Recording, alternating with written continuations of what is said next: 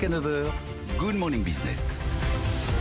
À 8h17, c'est le gouverneur de la Banque de France, François Villeroy-de-Galhau, qui est mon invité. Bonjour, monsieur le gouverneur. Bonjour, Christophe Jacobizine. Merci d'être avec nous ce matin, évidemment, au lendemain de votre réunion au sein du Conseil des gouverneurs de la Banque Centrale Européenne, avec des annonces importantes.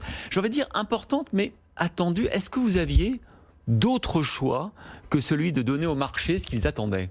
Notre objectif n'a pas été de donner au marché ce qu'ils attendaient. Notre objectif a été de prendre autour de Christine Lagarde les décisions adaptées, importantes, vous l'avez dit, et je crois que nous l'avons fait. 500 milliards donc supplémentaires.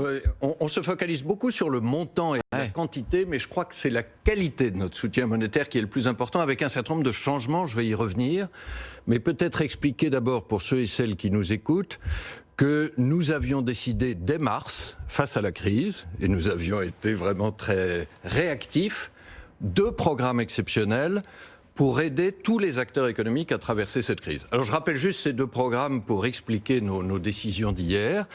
Il y a un programme pour les acteurs qui se financent via les banques, c'est-à-dire les ménages et la plupart des entreprises, dont les PME. Ce programme s'appelle le TLTRO. Et puis il y a un programme pour ceux qui se financent via les marchés, c'est-à-dire les grandes entreprises et les États, et ce programme s'appelle le PEP. Surtout les États.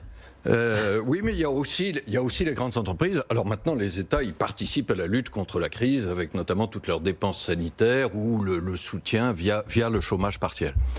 Alors pourquoi vous avez changé qualitativement hier ? De quelle manière ? Je vais y revenir.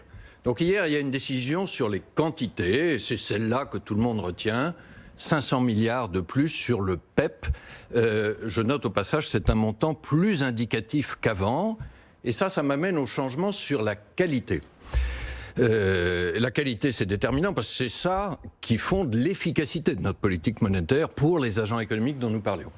Et la qualité, ça recouvre 3 dimensions dans nos décisions d'hier.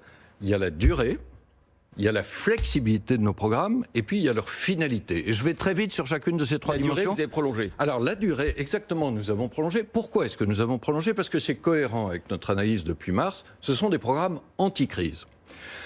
La crise avec la seconde vague, et puis cette seconde vague qui malheureusement se prolonge, la crise va durer plus longtemps que prévu. Et donc, elle n'est pas plus profonde ou plus grave que prévu, mais sa durée s'étale. Et donc elle va toucher 2021. Et donc nous prolongeons nos 2 programmes exceptionnels jusqu'au premier semestre 2022, jusqu'à la sortie espérée de la crise, y compris sur le plan économique. Alors ensuite, il y a la flexibilité qui correspond à notre analyse. Nous avons beaucoup discuté de ça au Conseil des gouverneurs, sur le fait que les incertitudes restent fortes, notamment à court terme. Et donc, quand on est dans un environnement extrêmement mouvant, il faut être capable de s'adapter vite. Nous voulons garantir un eurosystème, une Banque Centrale Européenne, une Banque de France qui soit agile, réactive, pour s'adapter le mieux possible à ces incertitudes. Et donc, j'arrive du coup à ce que je disais sur la finalité, et ce qui est le changement le plus important. Je le disais, notre montant annoncé sur le PEP, ces 500 milliards supplémentaires, devient plus indicatif. Pour le dire autrement, ce que nous visons, ça n'est plus une obligation de moyens, c'est-à-dire d'investir un montant fixe d'achat chaque mois, mais c'est un résultat. Et le résultat, pour tous les acteurs économiques, c'est de maintenir des conditions de financement favorables à travers toute cette crise dans tous les pays. Et ça, c'est très concret. Donc vous pouvez accélérer ou ralentir ? On peut, exactement. Nous l'avons dit comme ça. Nous ferons moins si les conditions de financement restent favorables comme aujourd'hui. S'il fallait à l'inverse, nous pourrions faire plus. Alors là, je crois que c'est important de rentrer dans le détail, parce que c'est très concret pour les acteurs économiques. Qu'est-ce que nous entendons par les conditions de financement ? Nous allons regarder toute une batterie d'indicateurs. Mais nous allons regarder aussi bien le financement, les indicateurs de marché, que les indicateurs bancaires. Nous allons regarder aussi bien les prix et les taux d'intérêt, les prix du financement, que leur disponibilité, c'est-à-dire les volumes et l'accès au crédit bancaire. Au passage, le TLTRO, dont je parlais, pour les PME et les ménages, va être rendu encore plus incitatif sur le maintien de l'accès au crédit bancaire. Et donc là, il y a un changement assez important. On ne se focalise plus sur une seule obligation de moyens. On veut garantir un résultat qui contribue lui-même à nous ramener vers l'objectif d'inflation à 2%, qui est le maintien de conditions de financement pour très résumer, favorables. Ça, c'est une façon. Pour le dire clairement, vous voulez que les banques prêtent aussi quand vous abaissez... Encore une fois, il n'y a pas que les banques, parce qu'il y a plusieurs canaux de financement de l'économie. Je note d'ailleurs que les banques, et en particulier les banques françaises ces derniers mois, ont prêté. Je pense que la politique monétaire y a contribué. Je veux dire, vous les assistez parce que si elles déposent de l'argent en Banque de France, vous leur servez un taux d'intérêt négatif. Donc absolument. Elles n'ont pas tellement intérêt à garder l'argent. Dans l'ensemble de la zone euro. Alors, par ailleurs, pour les inciter à prêter, nous les refinançons nous-mêmes à taux très favorable, à taux qui est lui-même négatif. Et nous avons dit que nous prolongerions ce TLTRO jusqu'à juin 2022. Mais en faisant cela, et c'est ça qui compte le plus, Christophe Jacobizine, ce matin, c'est que nous aidons tous les acteurs économiques à traverser cette crise aussi longtemps que nécessaire. D'une certaine façon, nous construisons un pont de financement à travers la crise. C'est le pont aérien du financement. Alors, je ne sais pas si c'est le pont aérien, mais nous aidons vraiment l'économie à sortir de cette crise. Et ce faisant, nous aidons aussi l'inflation à revenir vers ce qui nous paraît le bon niveau à moyen terme, c'est-à-dire proche de 2%. Mais on va y arriver à faire revenir l'inflation à 2%? Écoutez, dans nos prévisions d'inflation d'hier, vous savez que l'inflation est aujourd'hui faiblement négative en zone euro, de façon temporaire, mais dans nos prévisions d'hier, elle revient à 1% dès l'an prochain, elle remonte un peu ensuite, et évidemment, nous avons cet objectif de 2% à moyen terme. Il n'y a pas le risque qu'on tombe dans ce qu'on appelle la trappe à liquidité, c'est-à-dire qu'on n'arrive pas à faire redémarrer l'inflation. Il en faut un peu quand même de l'inflation. Non. Regardez, je vous citais les chiffres. Il faut effectivement une inflation faiblement positive, et c'est bien ce que nous aurons. On n'y arrive pas. Mais on est en territoire négatif, vous venez de nous le dire. Non, mais je vous dis, nous revenons à 1% l'an prochain, et si nous prenons ces mesures supplémentaires, encore une fois, c'est pour aider les acteurs économiques, mais c'est pour contribuer à l'objectif d'inflation. Comme le président Giscard d'Estaing est mort il y a quelques jours, si vous me permettez une formule qu'il a beaucoup utilisée, nos décisions d'hier, c'est le changement dans la continuité. Mais le changement est important. Est-ce que vous n'êtes pas un peu pousse au crime, monsieur le gouverneur? Quand on voit les niveaux de valorisation, par exemple, des marchés qui montent et qui battent des records, on parlait d'Airbnb, 100 milliards de dollars, est-ce que toutes ces liquidités que vous mettez, quoi qu'il en coûte, sur le marché, est-ce que vous n'êtes pas en train de créer des bulles sur certains actifs? Je ne crois pas. Encore une fois, nous sommes guidés par un objectif, c'est notre mandat, c'est l'inflation. Et d'avoir une inflation faiblement positive, proche de 2%. Et tant que nous avons une inflation qui est trop faible, comme aujourd'hui, non seulement nous avons la capacité d'intervenir, Christophe Jacobizine, mais nous avons l'obligation d'intervenir. Et ce faisant, nous soutenons l'économie à travers la crise. Je crois que personne ne peut dire, du côté des entreprises, du côté des ménages, du côté des États, qu'aujourd'hui, relever les taux d'intérêt serait une décision bienvenue. Par contre, par rapport à votre question, nous sommes attentifs à l'évolution du cycle financier et du prix des actifs.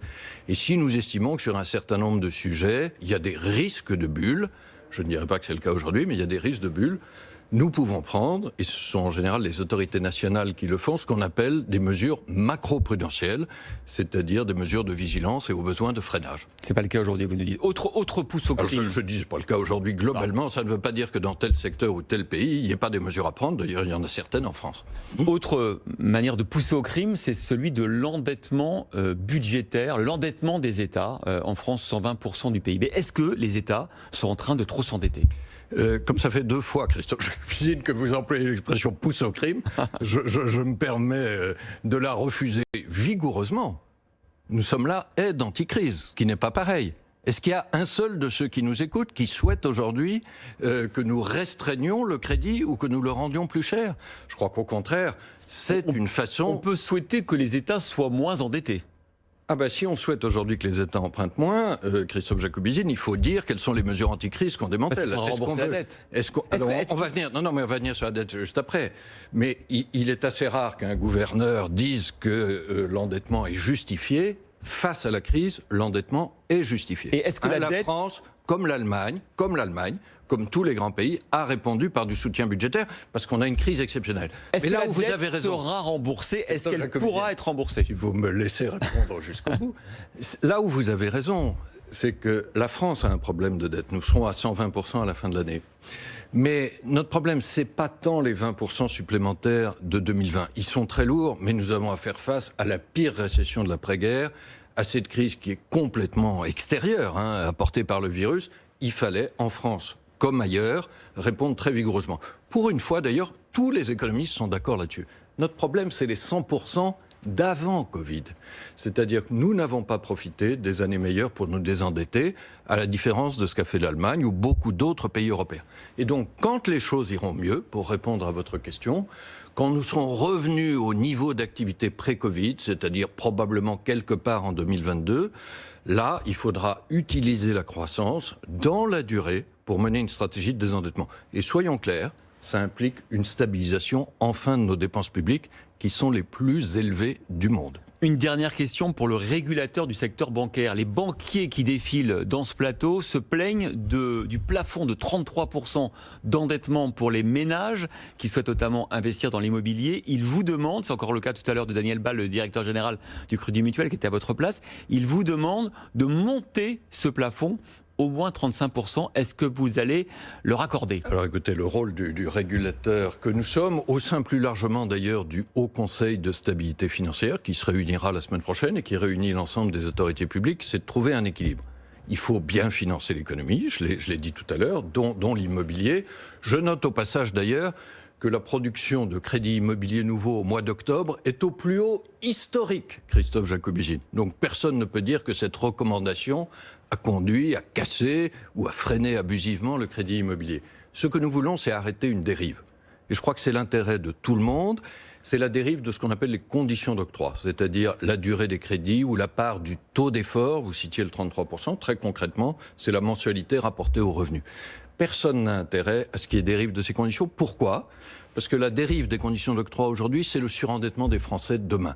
Le Haut Conseil de stabilité financière sera vigilant là-dessus et je crois que c'est l'intérêt de tout le monde. Donc vous serez inflexible sur les 33%. C'est pas inflexible, il y a justement une flexibilité qui est prévue et on regardera les résultats.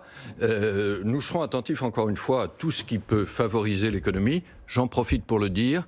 Nous sommes aussi très vigilants sur le niveau du change et de l'euro face au dollar. Nous n'avons pas d'objectif de change, Christophe Jacobizine, mais nous avons dit hier que nous avons une vigilance forte quant aux effets du change sur l'inflation. Et nous sommes prêts, en fonction de cette vigilance, à utiliser tous nos instruments sans aucune exclusive. Qu'est-ce que vous pouvez faire pour faire baisser le niveau de l'euro face au dollar ? Tous nos instruments, sans aucune exclusive, en fonction de cette vigilance. Et encore une fois, ça n'est pas par rapport à... Il n'y a pas d'objectif de change lui-même, mais le change est un des déterminants importants de notre objectif qui est l'inflation. Et je ne peux que répéter ce que Christine Lagarde a dit hier. Tous nos instruments sont disponibles. Évidemment, un euro fort, c'est pas bon pour l'inflation. Ça va plutôt, ça va plutôt dans le mauvais sens.